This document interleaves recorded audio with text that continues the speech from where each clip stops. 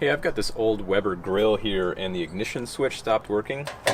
So you can actually just pull this out really easily. You can either unscrew it or you can just pull this out here, and inside you got the battery housed. So the first thing you're going to want to do if you're troubleshooting this is just replace the battery. I tried that, it didn't do anything.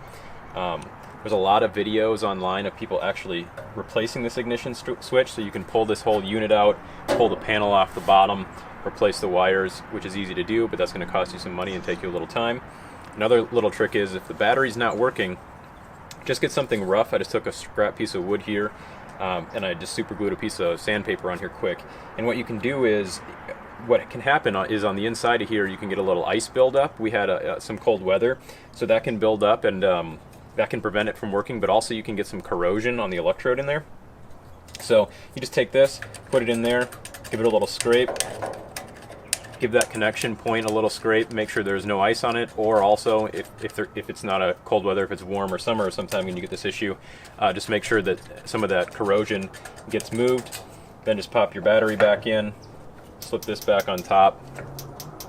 As you can hear there, you got some clicking, so it's back to working again. So hope that helps with anybody that's trying to troubleshoot this that doesn't want to actually do a full replacement of that ignition switch.